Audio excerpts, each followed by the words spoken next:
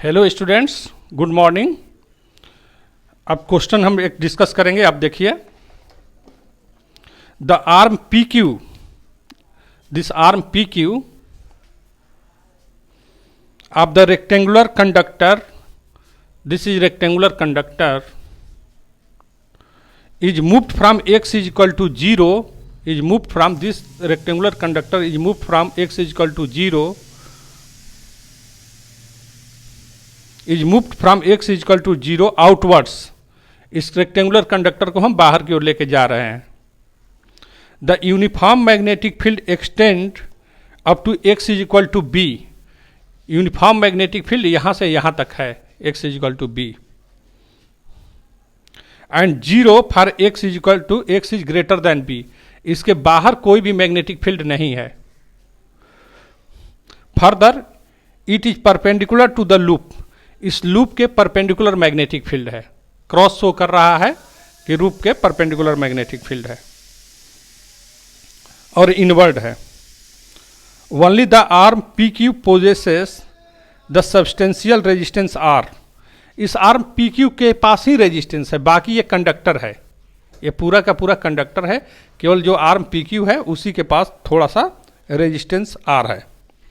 Consider the situation when the arm P Q is pulled out from x is equal to 0 to x is equal to 2b. इस arm P Q को यहाँ से x is equal to 0 से x is equal to 2b तक हम पुल करके ले गए हैं, खींच करके ले गए हैं। And is then move back to x is equal to 0. फिर यहाँ से हम इसको बैक कर दिए, यहाँ पर पी क्यू को यहाँ से हम पुल करके यहाँ तक ले गए, फिर इसको back x is equal to 0 पर कर दिए with constant speed v. Constant speed v से ही ये यहाँ से यहाँ तक गया, फिर यहाँ से यहाँ तक आ गया। obtain an expression for the flux, the induced EMF, the force and the power dissipated as Joule's law.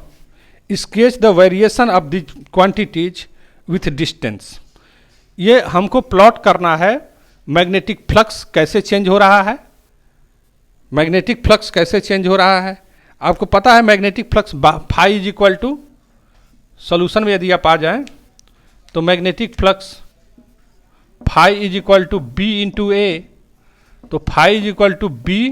ए के जगह पर क्या लिखेंगे, मान लीजिए इसका लेंथ क्या है, पी क्यू का लेंथ क्या है, एल है, तो ए के जगह पर लिख लिए L into x. As x is changing, जैसे जैसे एक्स की वैल्यू बढ़ रही है वैसे वैसे फाई भी बढ़ेगा। तो इसका प्लॉट आप देख लीजिए, जैसे जैसे हमारा एक्स बढ़ रहा है, यहाँ से जैसे जैसे एक्स की वैल्यू बढ़ा रहे हैं वैसे वैसे मैग्नेटिक फ्लक्स बढ़ रहा है, लीनियर बढ़ रहा है। Phi is directly proportional to x, phi is directly proportional to x. फिर यहाँ पर आने के बाद जैसे ही आप x is equal to B तक पर आ जाते हैं, जैसे ही आप x is equal to B पर आ गए, x is equal to B पर आ गए, अब देखिए मैग्नेटिक फील्ड हमारा यहीं तक है। इसका मतलब जब हमारा ये आर्म पी क्यू इस साइड में मूव कर रहा है तो फ्लक्स नहीं चेंज हो रहा है, क्योंकि एरिया मैग्नेटिक फील्ड में कांस्टेंट हो गई। ये एरिया मैग्नेटिक फील्ड में क्या हो गई, कांस्टेंट हो गई, इसलिए फ्लक्स क्या हो गया, कांस्टेंट हो गया यहाँ तक। फिर इसको बैक अप करने लगे, बैक अप किए तो यहाँ तक फ्लक्स वही रहेगा। फिर जैसे ही इसके बाद ये आर्म अंदर आया, देखिए यहाँ से यहाँ तक था ना ये, फिर हमने बैक करके इसको एल पॉइंट पर लेके आया। इस पॉइंट को हम एल कह रहे हैं, this point is L point तक हम इसको फिर ले करके आए हैं। तो एल पॉइंट तक फिर हम इसको ले आ रहे हैं, तो फ्लक्स फिर नहीं बढ़ेगा, फ्लक्स उतना ही रहेगा। अब इसके अंदर जैसे ही कंडक्टर अंदर जाने लगा, एरिया घटने लगी। जब एरिया घटेगी तो फ्लक्स भी घटेगा। तो ये प्लॉट हो गया मैग्नेटिक फ्लक्स एंड टाइम के साथ, या मैग्नेटिक फ्लक्स एंड डिस्टेंस के साथ। एक साथ लिख सकते हैं डिस्टेंस के साथ। जब डिस्टेंस चेंज होगा तो मैग्नेटिक फ्लक्स भी चेंज होगा। ये आपका पहला आंसर हो गया। नाउ नेक्स्ट सेकेंड कह रहा है what will B EMF induced.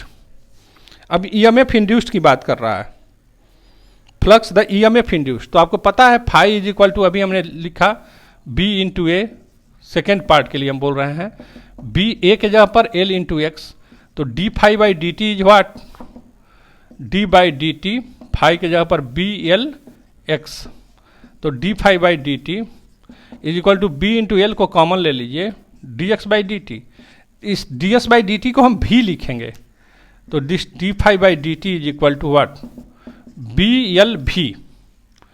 तो but according to Faraday law, this E is equal to minus d phi by d t, इसका मतलब E is equal to minus B V L.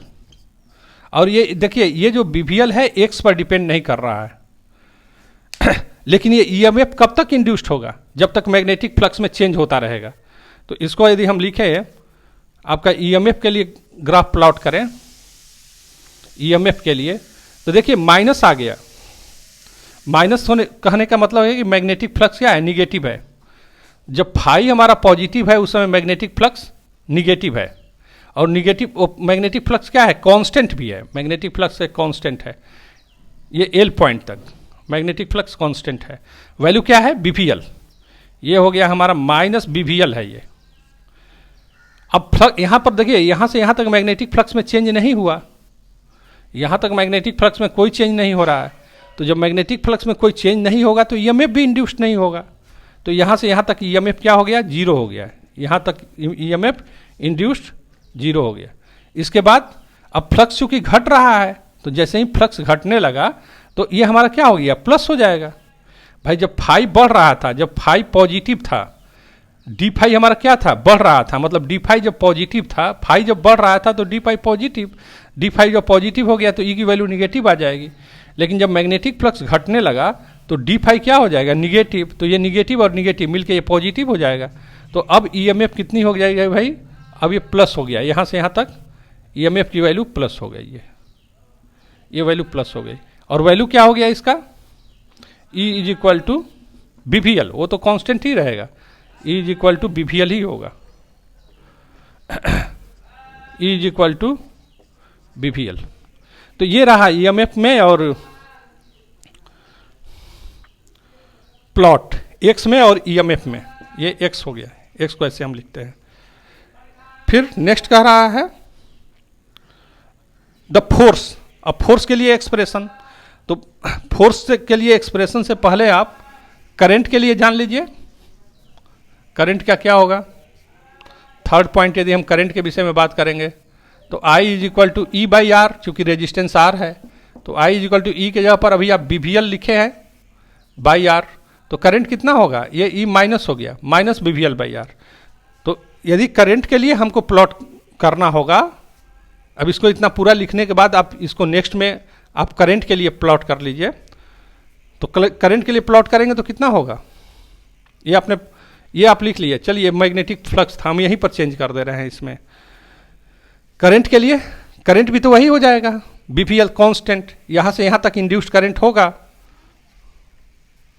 अब induced current के बीच में graph plot करेंगे I, तो ये कितना होगा, I minus BVL by small r।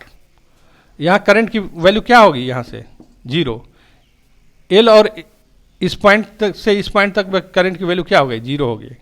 और यहाँ पर E is equal to BVL by R, ये हो गया। Sorry, I is equal to, induced current के लिए ग्राफ प्लॉट करेंगे x के साथ तो ये होगा। उसके बाद अब फोर्स कह रहा है, फोर्स के लिए फोर्थ पॉइंट, तो फोर्स आपको पता है, force is equal to BIL। B की वैल्यू कितनी है, I की वैल्यू क्या है भाई, I है minus BVL by R into L।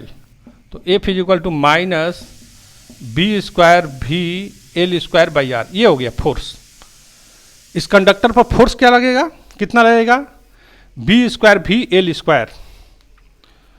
तो हम फोर्स के लिए दूसरा ग्राफ प्लॉट कर देते हैं, आप उसी में नीचे बढ़ाते चले जाएंगे।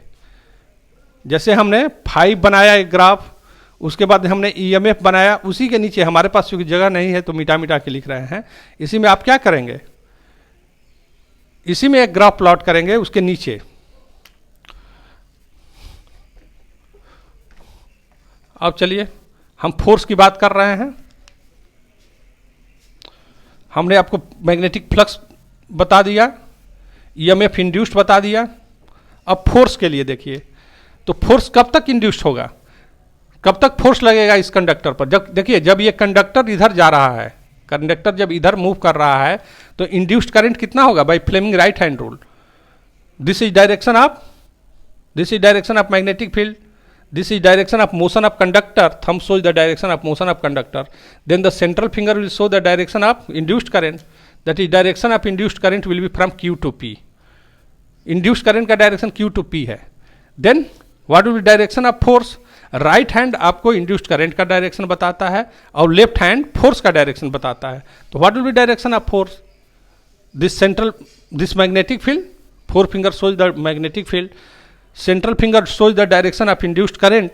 Then the thumb will show the direction of force. Force का डायरेक्शन क्या हुआ? ये हो गया फोर्स का direction. This will be the direction of force. यानी भी के ठीक अपोजिट डायरेक्शन में फोर्स होगा. तो और फोर्स की वैल्यू कितनी होगी? फोर्स की वैल्यू होगी अभी हम निकाले हैं -b² VL² बाई आर.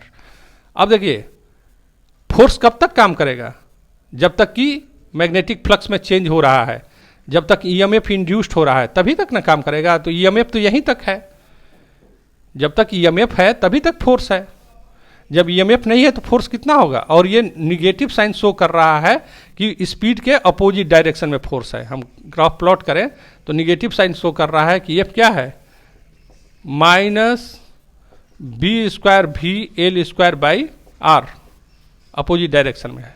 और अब यहां से लेकर यहां तक ये पॉइंट हमारा एल था, ये पॉइंट हमारा एम था. फिर कंडक्टर को आप बैक किए, ये पॉइंट फिर हमारा एल आ गया था. फिर ये पॉइंट हम अपने ओरिजिन पर आ गए थे. उस ओरिजिन पॉइंट का कुछ नाम यदि आप रखना चाहें तो वही रख लीजिए. LMQR है, कोई बात नहीं, RS है. यानी फिर हम एस पॉइंट पर आ गए. यहां से यहां तक चले. तो अब हाँ, हम ये क्या कर रहे थे कि भाई ईएमएफ कहाँ से कहाँ तक था? केवल एल पॉइंट तक ईएमएफ था. तो फोर्स कितना होगा? -b² VL² by are. अब देखिए यहाँ से यहाँ तक तो कोई ईएमएफ है नहीं, इस पॉइंट से इस पॉइंट तक. तो ये ईएमएफ नहीं है तो फोर्स कहाँ होगा? फोर्स भी नहीं होगा. अब इसके बाद जैसे ही देखो यहाँ से यहाँ तक ईएमएफ नहीं है, फिर यदि यहाँ से यहाँ तक लेके फिर एल पॉइंट तक आ गए, फिर ईएमएफ नहीं है, फिर इसके अंदर जाने लगे तो मैग्नेटिक फ्लक्स घटने लगा, तो ईएमएफ अपोजिट डायरेक्शन में हो गया था. तो यहाँ पर फोर्स भी क्या हो गया? जब ये अंदर जाने लगा तो फोर्स का डायरेक्शन आउटवर्ड हो जाएगा. तो ये यहाँ से यहाँ तक फोर्स ये हो गया कांस्टेंट. कहाँ तक फोर्स रहेगा? ये फोर्स आपका रहेगा एस पॉइंट तक. जैसे ही ये यहाँ पर आ गया फ्लक्स जीरो हो गया और फोर्स भी की वैल्यू भी जीरो हो गई. तो ये आपका फोर्स के लिए हो गया एक्स ग्राफ. एक्स के बीच में, और जब हम फोर्स के बीच में ग्राफ प्लॉट करते हैं तो ये फोर्स और एक्स के बीच में ग्राफ प्लॉट हो गया. उसके बाद क्या है बच्चों? उसके बाद आपको निकालना है पावर डिसिपेशन. तो पावर के लिए नेक्स्ट, पावर के लिए तो यहाँ तो पावर एफ इज पावर को आप लिख सकते हैं एफ इंटू भी, या जूल्स लॉ से आप देख सकते हैं. तो fourth is equal to, question fourth आप लिखेंगे जूल्स लॉ से, power P is equal to I² R. Resistance small r था. I की वैल्यू क्या थी? BVL E by small r into R. I की वैल्यू क्या था भाई? BVL by R, E by R. E के जगह पर हमने BVL लिखा था, BVL by R whole square. तो that is P is equal to b² V² L² by R. और ये वैल्यू यहाँ माइनस आप लिख रहे हैं लेकिन होल स्क्वायर करेंगे तो प्लस ही होगा. इट मीन्स चाहे कंडक्टर आप इधर लेके जाएं चाहे इधर से इधर लेके जाएं, जो पावर लॉस होगा वो हमेशा पॉजिटिव ही होगा. जो पावर लॉस हो रहा है P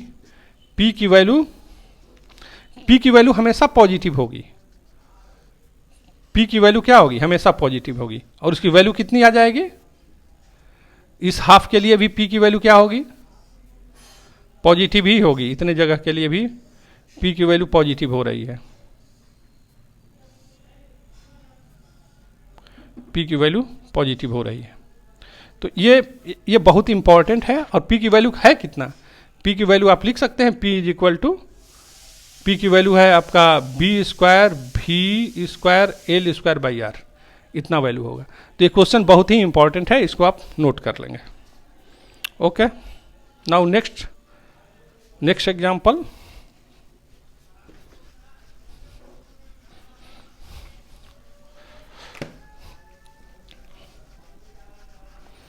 एनसीईआरटी का ही एक एग्जाम्पल है next.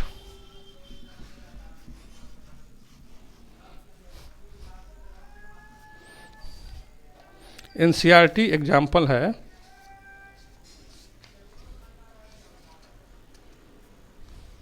A wheel. NCERT example ना, एनसीईआरटी एग्जाम्पल, एनसीईआरटी एग्जाम्पल है, आप लिख लीजिएगा। क्वेश्चन डिस्प्लेड है, आप देख लीजिए। A wheel with 10 metallic spokes, number of metallic spokes क्या है? 10 है। 10 metallic spokes, each length, number कितना है मेटालिक स्पोक्स का? 10। मेटालिक स्पोक्स का नंबर है 10 मेटालिक स्पोक्स। और स्पोक्स का लेंथ क्या है? L is equal to 0.50 metre, ये दिया हुआ है। Is rotated with a speed of 120 revolution per metre. इसका ओमेगा क्या है? 120 RPM, रेवोल्यूशन पर मिनट। ये क्वेश्चन दिया हुआ है, क्वेश्चन में दिया हुआ है। In the plane normal to the earth magnetic field, earth magnetic field के परपेंडिकुलर, अर्थ मैग्नेटिक फील्ड के परपेंडिकुलर प्लेन रखा हुआ है, उसी में ये रोटेट कर रहा है। If the magnitude of magnetic field is 0.4 gauss, magnetic field कितना है भाई? 0.4 gauss. What is the induced EMF between the axle and the rim of the wheel? ये पूरा चीज आप समझ लीजिए। इसको आप देखिए, यहां पर ये हमारा व्हील है, this wheel, and what is direction of magnetic field? Direction of magnetic field is perpendicular to the plane of this wheel. Direction of Earth's magnetic field is perpendicular to the plane of the wheel. And radius कितना दिया हुआ है? Rim का radius दिया हुआ है 0.50 metre. और कितने रिम हैं ये? 1 2 3 4 5 6 7 8 9 10, ये टोटल 10 स्पोक्स हैं इसमें। अब कह रहा है कि इस सेंटर और इसके बीच में आपको EMF निकालना है। तो अब देखो बच्चों, सोल्यूशन में आप देख लीजिए, आपको पता है E इज इक्वल टू, कल वाले हम लेक्चर में बताए हुए हैं कि सेंटर और दोनों एंड के बीच में कितना मैग्नेटिक फील्ड इंड्यूस्ड होगा। E is equal to B omega L²/2। आप देख लीजिए, पीछे का वीडियो आप देख लीजिए। तो हमको ओमेगा निकालना है, बी दिया हुआ है, एल भी दिया हुआ है, केवल ओमेगा हमको निकालना है। ओमेगा इज इक्वल टू कितना है? 120 RPM। एक रोटेशन में कितने एंगल से घूमेगा कोई भी चीज? 2 पाई रेडियन से। एक रोटेशन में कितने एंगल से घूमता है? एक रोटेशन में घूमेगा ये 2 पाई रेडियन से। 2 पाई रेडियन एक रोटेशन। कितना रोटेशन हो रहा है? 120 रोटेशन। 120, तो कितना एंगल हो गया टोटल? एक रोटेशन में 2 पाई रेडियन, कितना रोटेशन टोटल हो गया? 120 रोटेशन। तो ये theta, omega is equal to, आपको पता है ना, omega is equal to θ/t। तो टोटल कितना एंगल हो गया? और टाइम कितना लिखा? पर मिनट, दैट इज 60 सेकेंड। तो ये हो गया आपका रेडियन, और मिनट को आपने ये चेंज कर दिया सेकेंड में। इसको सॉल्व कर देंगे तो 4 पाई रेडियन पर सेकेंड, ये इसका आंसर हो गया। ओमेगा हो गया आपका 4 पाई रेडियन पर सेकेंड। हमको क्या निकालना है बच्चों? हमको E निकालना है। तो E is equal to B के जगह पर B दिया हुआ है आपको 0.4 गॉस। और ये ध्यान में रखना चाहिए कि 1 गॉस में 10⁻⁴ टेस्ला होता है। तो इसको यदि आप कन्वर्ट करेंगे तो 10⁻⁴ टेस्ला।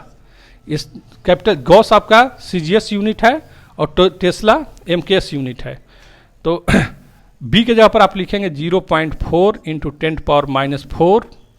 ओमेगा के जगह पर 4 पाई, L के जगह पर 0.5 को हम लिख सकते हैं 1/2 मीटर।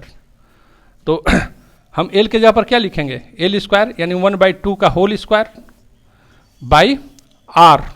आर कितना है, ये यहां से यहां तक का डिस्टेंस 0.5 है। आर कितना है, okay, B omega L square by R नहीं, बाई 2 ना, बाई 2। तो इसको आप सॉल्व कर लीजिए। ई इज इक्वल टू, ये देखिए इसका स्क्वायर आप करेंगे, लिख लीजिए एक बार और, 0.4 10⁻⁴ 4 पाई इंटू ये 2 और 2 का स्क्वायर कर देंगे तो 4। इतना बोल्ट हो गया। कितना ईएमएफ इंड्यूस्ड होगा भाई, ये इतना बोल्ट ईएमएफ इंड्यूस्ड होगा। हम इसको मिटा दे रहे हैं, इस क्वेश्चन को हम मिटा दे रहे हैं।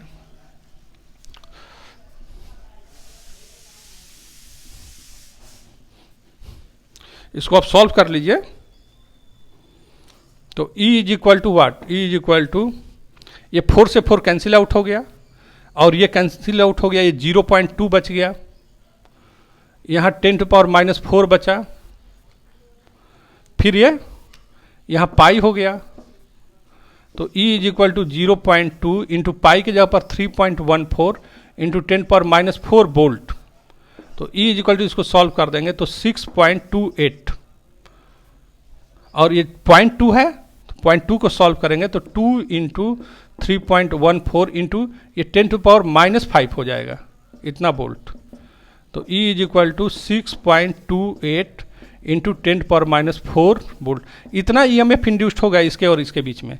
अब यहाँ पर 10 स्पोक्स हैं, तो ऐसा आप नहीं करेंगे, इस पॉइंट और इस पॉइंट के बीच में जो ईएमएफ इंड्यूस्ड होगा, आप 10 ठो स्पोक कर देंगे तो ऐसा नहीं है कि वो 10 टाइम्स होगा। ये ध्यान में रखिएगा, 10 स्पोक्स करिए चाहे 100 स्पोक्स करिए, या पूरा का पूरा ये डिस्क कर दीजिए। सपोज ये पूरा डिस्क हो गया, तो यदि पूरा डिस्क करेंगे तब भी इस पॉइंट और इस पॉइंट के बीच में ईएमएफ कितना होगा, इतना ही होगा, 6.28 इंटू 10⁻⁵। ओके, 2 क्वेश्चन हमने बताया, थोड़ा सा छोटा छोटा क्वेश्चन देख लीजिए।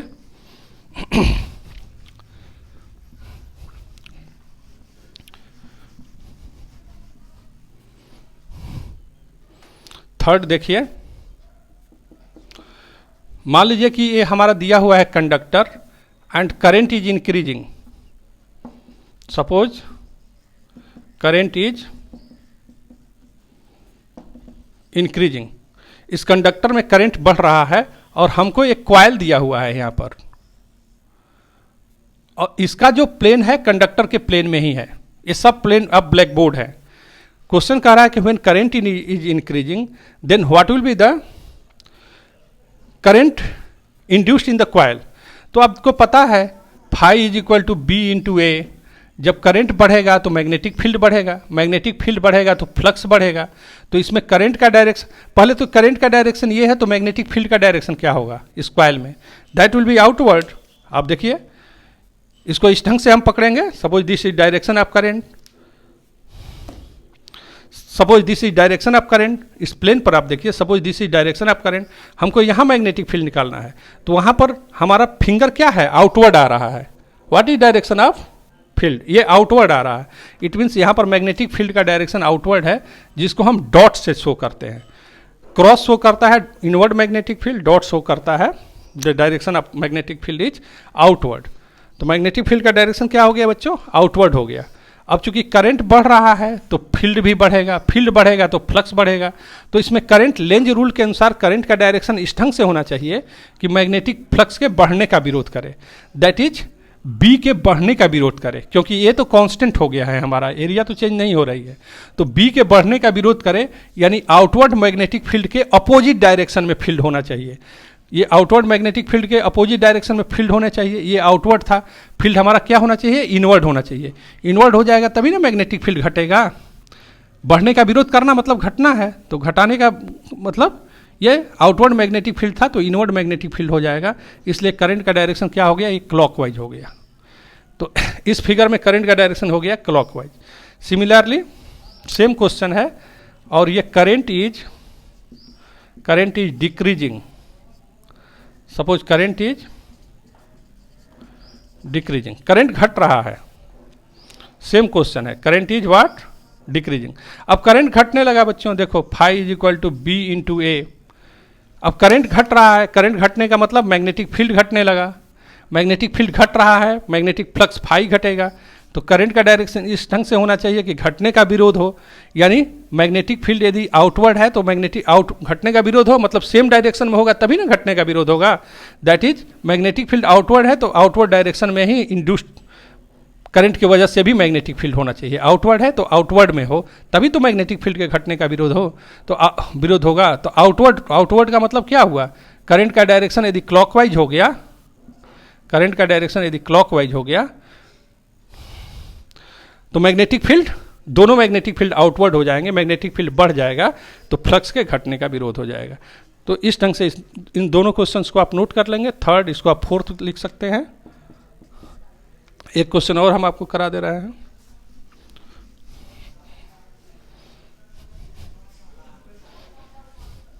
Third, fourth, now fifth. Fifth देख लीजिए। मान लीजिए ये यूनिफॉर्म मैग्नेटिक फील्ड है। This uniform magnetic field is this uniform magnetic field is inward. This uniform magnetic field is inward. और इसमें हमको दिया हुआ है, इसमें हमको एक दिया हुआ है irregular coil. Suppose this irregular coil is given. If the coil is expanding, find the direction of induced current if the coil is expanding, if the coil is expanding, ये फैल रहा है, एक्सपेंड हो रहा है। एक्सपेंड होने का मतलब एरिया बढ़ रही है। जब एक्सपेंड होने की हम बात कर रहे हैं, phi is equal to B A, expand होने की बात कर रहे हैं तो एरिया बढ़ रहा है। एरिया बढ़ने का मतलब फ्लक्स बढ़ेगा। तो फ्लक्स बढ़ेगा तो इसमें ईएमएफ इस ढंग से होना चाहिए कि फ्लक्स के बढ़ने का विरोध करे। दैट इज मैग्नेटिक फील्ड घटना चाहिए। अब मैग्नेटिक फील्ड घटने के लिए ये जो मैग्नेटिक फील्ड इनवर्ड है उसके अपोजिट में मैग्नेटिक फील्ड होगा तभी ना घटेगा।